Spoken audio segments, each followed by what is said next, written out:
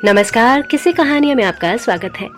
आइए सुनते हैं मुंशी प्रेमचंद द्वारा लिखे उपन्यास कायाकल्प का अध्याय 23। फागुन का महीना आया। ढोल मंजीरे की आवाजें कानों में आने लगी। कहीं रामायण की मंडलियां बनी, कहीं फाग और चौताल का बाजार गर्म हुआ। पेड़ों पर कोयल कूकी, घरों में महिलाएं कूकने लगी। सारा संसार मस्त है, कोई राग में कोई साग में। मुंशी वज्रधर की संगीत सभा भी सजग हुई। यों तो कभी कभी 12 मास बैठक होती थी, पर फागुन आते ही बिना नागा मृदंग पर थाप पड़ने लगी। उदार आदमी थे, फिक्र को कभी पास न आने देते। इस विषय में वह बड़े बड़े दार्शनिकों से भी 2 कदम आगे बढ़े हुए थे।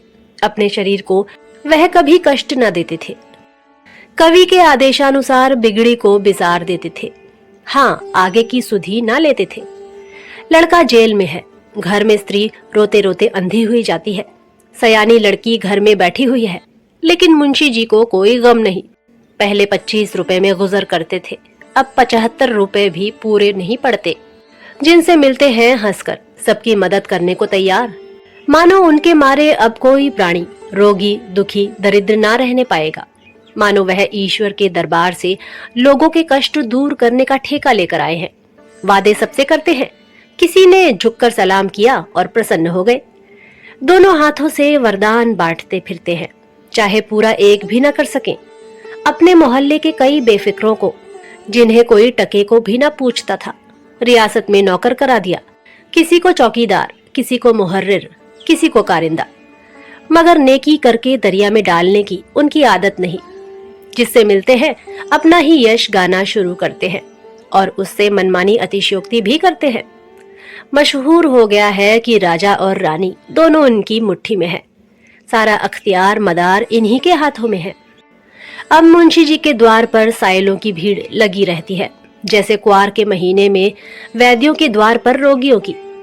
मुंशी जी किसी को निराश नहीं करते, और ना कुछ कर सकें तो बातों से ही पेट भर देते हैं।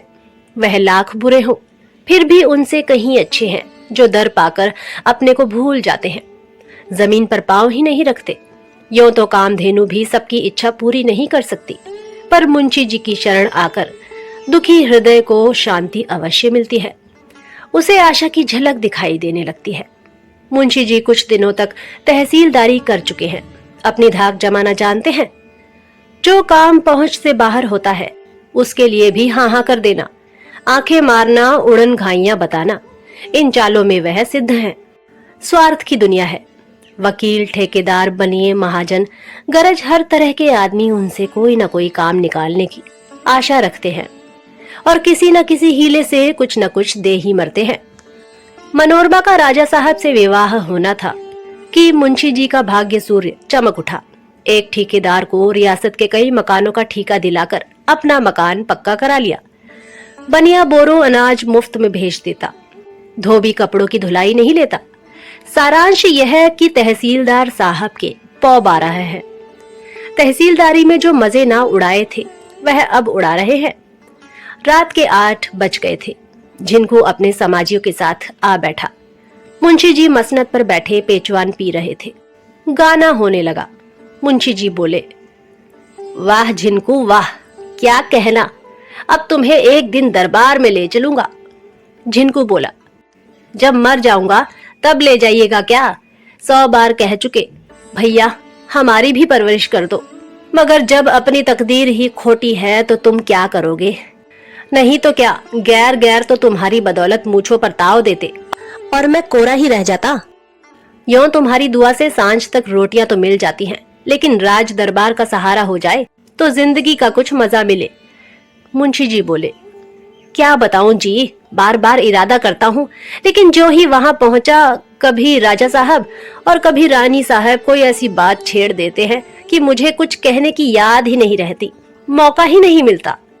झिनको ने कहा, कहो चाहे ना कहो, मैं तो अब तुम्हारे दरवाजे से टलने का नहीं। मुंशी जी बोले, कहूंगा जी, और बदकर यह समझ लो कि तुम वहां हो गए, बस मौका मिलने भर की देर है। रानी साहब इतना मानती हैं कि जिसे चाहूं निकलवा दूं और जिसे चाहूं रखवा दूं। दीवान साहब भी अब दूर ही से सलाम करते हैं, फिर मुझे अपने काम से काम है, किसी की शिकायत क्यों करूं? मेरे लिए कोई रोक टोक नहीं है, मगर दीवान साहब बाप हैं तो क्या बिला इत्तला कराए सामने नहीं जा सकते? झिनकू बोला, रानी जी का क्या पूछना, सचमुच रानी है। आज शहर भर में वाह वाह हो रही है। बुढ़िया के राज में हकीम डॉक्टर लूटते हैं, अब गुनियों की कदर है। मुंशी जी बोले, पहुंचा नहीं कि 100 काम छोड़कर दौड़ी हुई आकर खड़ी हो जाती हैं। क्या है लाला जी, क्या है लाला जी, जब तक रहता हूं दिमाग चाट जाती हैं। दूसरों से बात नहीं करती, लल्लू को बहुत याद करती हैं, खोद खोद कर उन्हीं की बातें पूछती हैं। सब्र करो, होली के दिन तुम्हारी नजर दिला दूंगा। मगर भाई इतना याद रखो कि यहाँ पक्का गाना गाया और निकाले गए, तुम तानाना की धुन मत देना। इतने में महादेव नाम का एक बजाज सामने आया और दूर ही से सलाम करके बोला, मुंशी जी, हुजूर के मिजाज अच्छे तो हैं? मुंशी जी ने त्योरिया बदल कर कहा, हुजूर के मिजाज की फिक्र न करो, अपना मतलब कहो। महादेव ने कहा, हुजूर को सलाम करने आया था।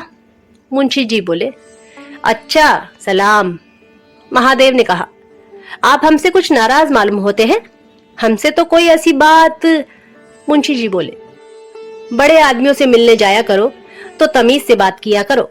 मैं तुम्हें सेठ जी कहने के बदले अरे ओ बनिए कहूं तो तुम्हें बुरा लगेगा कि नहीं? महादेव ने कहा, हाँ हुजूर, इतनी खता तो हो गई, अब माफी दी जाए।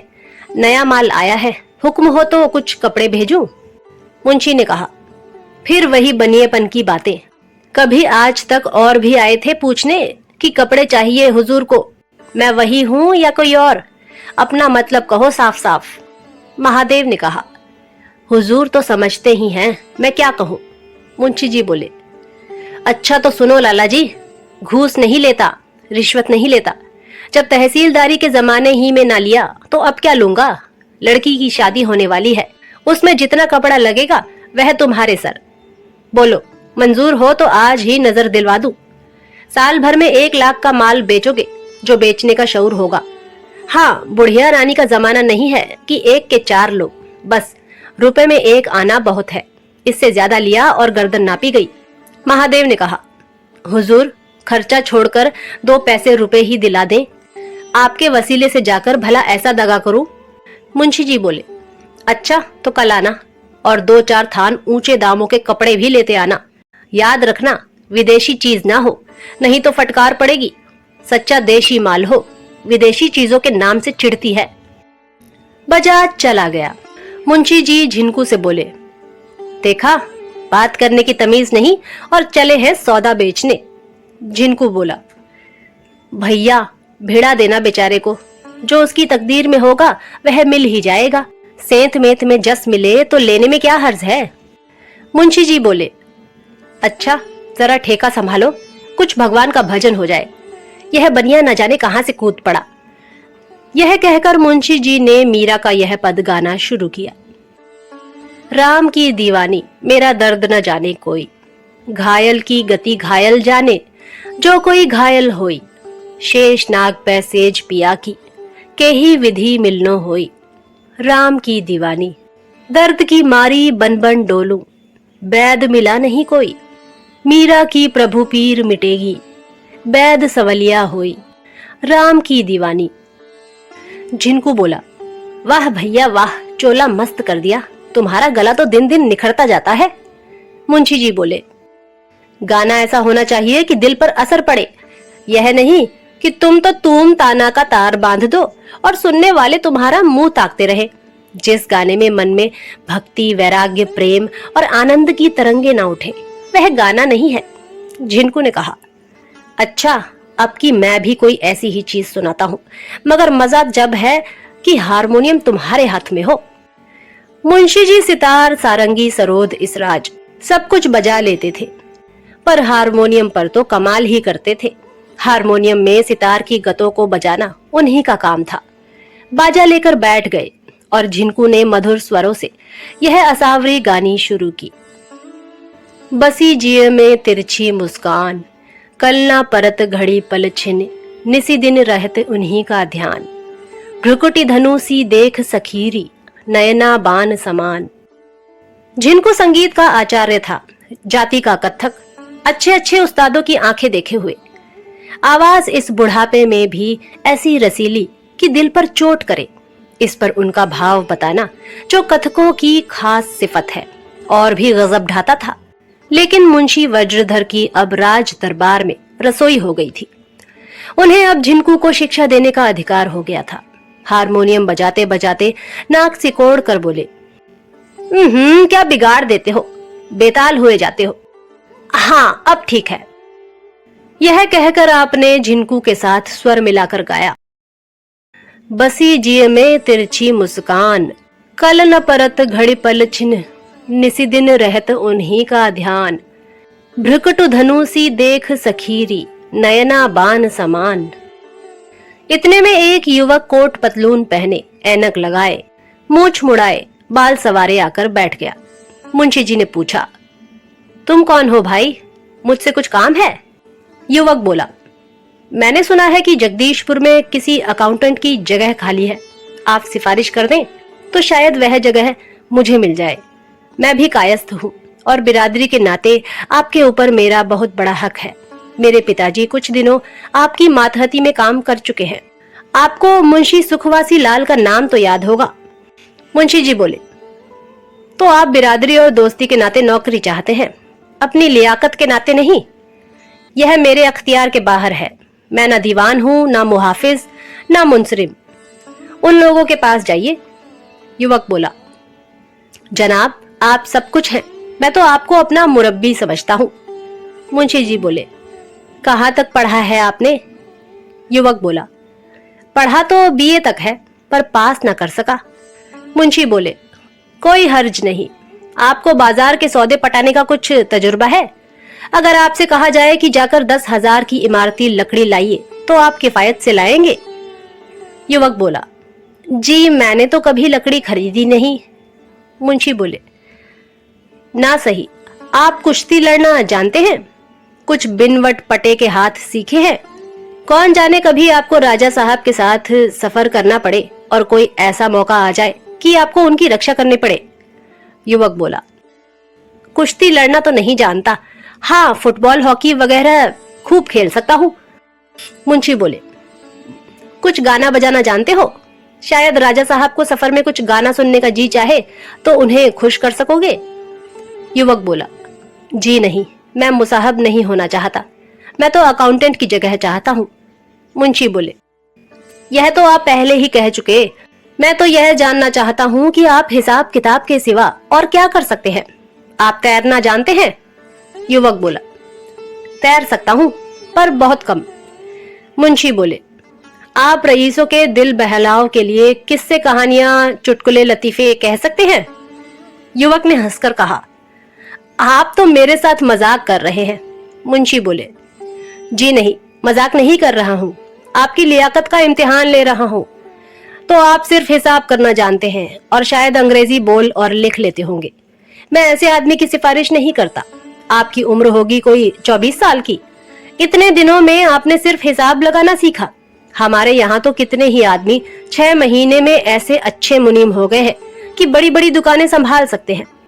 आपके लिए यहाँ जगह नहीं है। युवक चला गया तो झिनकू ने कहा, भैया तुमने बेचारे को बहुत बनाया, मारे शर्म के कट गया होगा। कुछ उसके साहबी ठाठ की परवाह न की। मुंशी बोले, उसका साहबी ठाठ देखकर ही तो मेरे बदन में आग लग गई। आता तो आपको कुछ नहीं, पर ठाठ ऐसा बनाया है मानो खास विलायत से चले आ रहे हो। मुझ पर बच्चा रोब जमाने चले थे।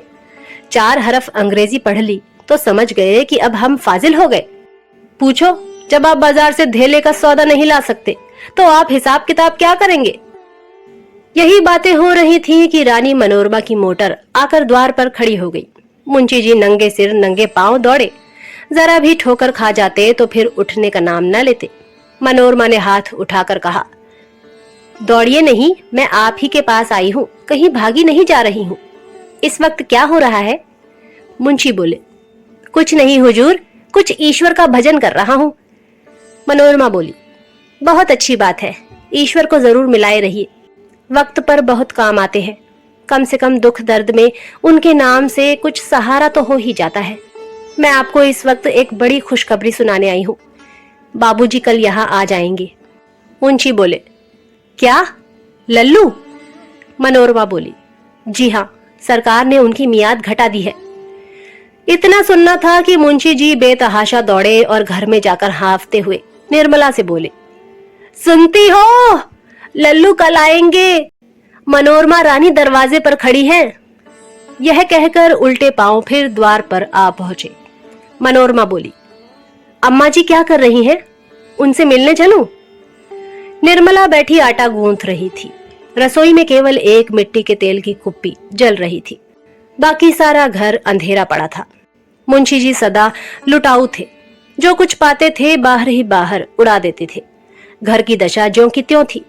निर्मला को रोने धोने से फुर्सत ही न मिलती थी कि घर की कुछ फिक्र करती। अब मुंशी जी बड़े असमंजस में पड़े। अगर पहले से मालूम होता कि रानी जी का शुभागमन होगा तो कुछ तैयारी कर रखते, कम से कम घर की सफाई तो करवा देते, 2-4 लालटेनें मांग जांच कर जला रखते। पर अब क्या हो सकता था। मनोरमा ने उनके जवाब का इंतजार ना किया, तुरंत मोटर से उतर पड़ी और दीवान खाने में आकर खड़ी हो गई। मुंशी जी बदहवास अंदर गए और निर्मला से बोले, बाहर निकल आओ, हाथ वाथ धो डालो, रानी जी आ रही हैं। यह दुर्दशा देखेंगी तो क्या कहेंगी? तब तक आटा लेकर क्या बैठ गई? कोई काम वक्त से नहीं करती, बुढ़िया हो गई, मगर अभी तमीज नहीं आई। निर्मला चटपट बाहर निकली। मुंशी जी उसके हाथ धुलाने लगे। मंगला चारपाई बिछाने लगी। मनोरमा बरोठे में आकर रुक गई। इतना अंधेरा था कि वह आगे कदम ना रख सकी।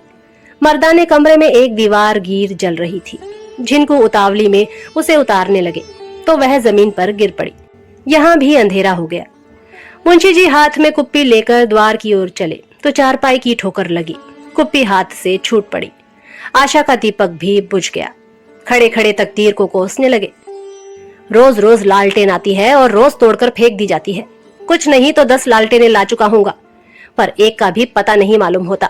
किसी कुली का घर है, उसके भाग्य की भांति अंधेरा। राक्षस के घर ब्याही जोए, भून भान कलेवा होए। किसी चीज की हिफाजत करनी तो आती ही नहीं। मुंशी जी तो अपनी मुसीबत का रोना रो रहे थे। जिनको दौड़कर अपने घर से लालटेन लाया और मनोरमा घर में दाखिल हुई। निर्मला आंखों में प्रेम की नदी भरे सिर झुकाए खड़ी थी। जी चाहता था इनके पैरों के नीचे आंखें बिछा दूं। मेरे धन्य भाग। एकाएक मनोरमा ने झुककर निर्मला के पैरों पर शीश झुका दिया और पुलकित कंठ से बोली, माताजी, धन्य भाग कि आपके दर्शन हुए। जीवन सफल हो गया। निर्मला सारा शिष्टाचार भूल गई, बस खड़ी रोती रही। मनोरमा के शील और विनय ने शिष्टाचार को तृण की भांति मात्र स्नेह की तरंग में बहा दिया। इतने में मंगला आकर खड़ी हो गई। मनोरमा ने उसे गले से लगा लिया और स्नेह कोमल स्वर में बोली, आज तुम्हें अपने साथ ले चलूंगी। 2-4 दिन तुम्हें मेरे साथ रहना पड़ेगा। हम दोनों साथ साथ खेलेंगी। अकेले पड़े पड़े मेरा जी घबराता है। तुमसे मिलने की मेरी बड़ी इच्छा थी। निर्मला बोली, मनोरमा, तुमने हमें धरती से उठाकर आकाश पर पहुंचा दिया। तुम्हारे शील स्वभाव का कहां तक बखान करूं। मनोरमा बोली, माता के मुख से ये शब्द सुनकर मेरा हृदय गर्व से फूला नहीं समाता।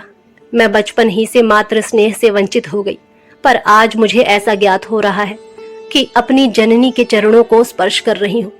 मुझे आज्ञा दीजिए कि जब कभी जी घबराए तो आकर आपके स्नेह कोमल चरणों में आश्रय लिया करूं। कल बाबूजी आ जाएंगे। अवकाश मिला तो मैं भी आऊंगी, पर मैं किसी कारण से ना आ सकूं तो आप कह दीजिएगा कि किसी बात की चिंता ना करें। मेरे हृदय में उनके प्रति अब भी वही श्रद्धा, वही अनुराग है। ईश्वर ने चाहा तो मैं शीघ्र ही उनके लिए रियासत में कोई स्थान निकालूंगी। बड़ी दिल लगी हुई। कई दिन हुए लखनऊ के एक तालुकेदार ने गवर्नर की दावत की थी। मैं भी राजा साहब के साथ दावत में गई थी। गवर्नर साहब शतरंज खेल रहे थे। मुझसे भी खेलने के लिए आग्रह किया। मुझे शतरंज खेलना तो आता नहीं, पर उनके आग्रह से बैठ गई। ऐसा संयोग हुआ कि मैंने ताबड़तोड़ उनको 2 मातें दे दी। तब आप झल्ला कर बोले, अब की कुछ बाजी लगा कर खेलेंगे। क्या बदती हो। मैंने कहा, इसका निश्चय बाजी पूरी होने के बाद होगा। तीसरी बाजी शुरू हुई। अब की वह खूब संभल कर खेल रहे थे और मेरे कई मोहरे पीट लिए।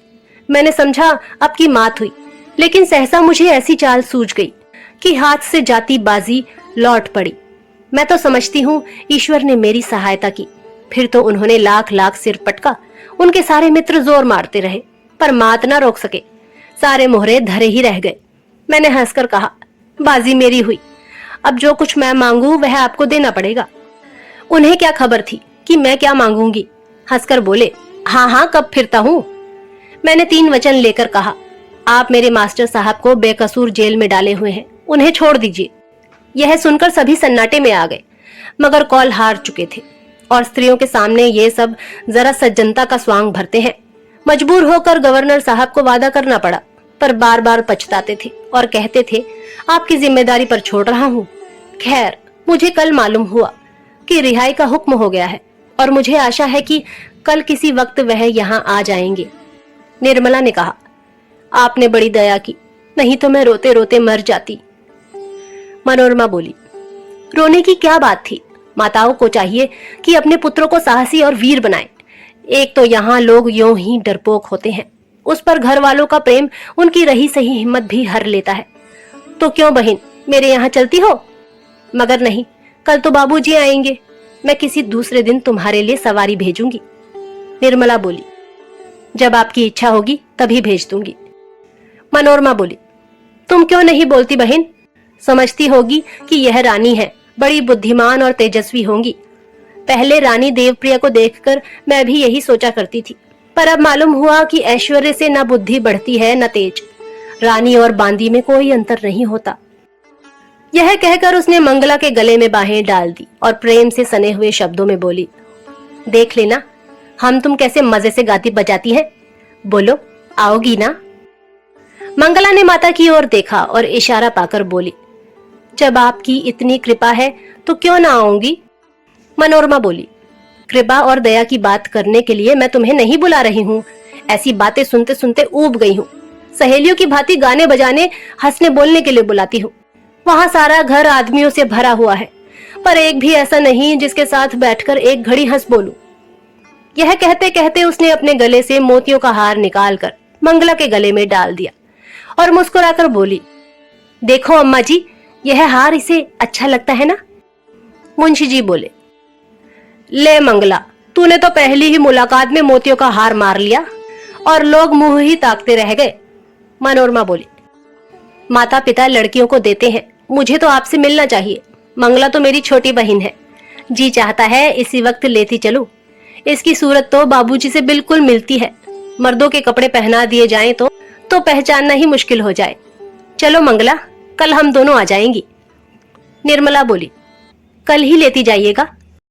मनोरमा बोली, मैं समझ गई, आप सोचती होंगी ये कपड़े पहने क्या जाएगी। तो क्या वहां किसी बेगाने घर जा रही है? क्या वहां साड़ियां न मिलेंगी? उसने मंगला का हाथ पकड़ लिया और उसे लिए द्वार की ओर चली। मंगला हिचकिचा रही थी पर कुछ कह न सकती थी। जब मोटर चली गई तो निर्मला ने कहा, साक्षात देवी है। मुंशी बोले, लल्लू पर इतना प्रेम करती है कि वह चाहता तो इससे विवाह कर लेता। धर्म ही खोना था तो कुछ स्वार्थ से खोता। मीठा हो तो जूठा भी अच्छा, नहीं तो कहां जाकर गिरा उस कंगली पर जिसके माँ बाप का भी पता नहीं। निर्मला व्यंग्य से बोली, वाह वाह, क्या लाख रुपए की बात कही है। ऐसी बहू घर में आ जाए लाला तो एक दिन ना चले। फूल सूंघने में ही अच्छा लगता है, खाने में नहीं। गरीबों का निर्वाह गरीबों में ही होता है। मुंशी बोले, प्रेम बड़ों बड़ों का सिर नीचा कर देता है। निर्मला बोली, ना जी जलाओ, बेबात की बात किया करते हो। तुम्हारे लल्लू ऐसे ही तो बड़े खूबसूरत हैं, सिर में एक बाल नहीं रहता। ऐसी औरतों को प्रसन्न रखने के लिए धन चाहिए। प्रभुता पर मरने वाली औरत है। 10 बज रहे थे। मुंशी जी भोजन करने बैठे, मारे खुशी के फूले न समाते थे। लल्लू को रियायत में कोई अच्छी जगह मिल जाएगी, फिर 5 अंगुलियां घी में है। अब मुसीबत के दिन गए, मारे खुशी के खाया भी नहीं गया। जल्दी से 2-4 कौर खाकर बाहर भागे और अपने इष्ट मित्रों से चक्रधर के स्वागत के विषय में आधी रात तक बातें करते रहे। निश्चय किया गया कि प्रातःकाल शहर में नोटिस बांटी जाए और सेवा समिति के सेवक स्टेशन पर बैंड बजाते हुए उनका स्वागत करें। लेकिन निर्मला उदास थी। मनोरमा से उसे ना जाने क्यों एक प्रकार का भय हो रहा था। आप सुन रहे थे मुंशी प्रेमचंद द्वारा लिखे उपन्यास कायाकल्प का अध्याय 23 जल्द ही अगले अध्याय के साथ प्रस्तुत होंगे। तब तक के लिए नमस्कार।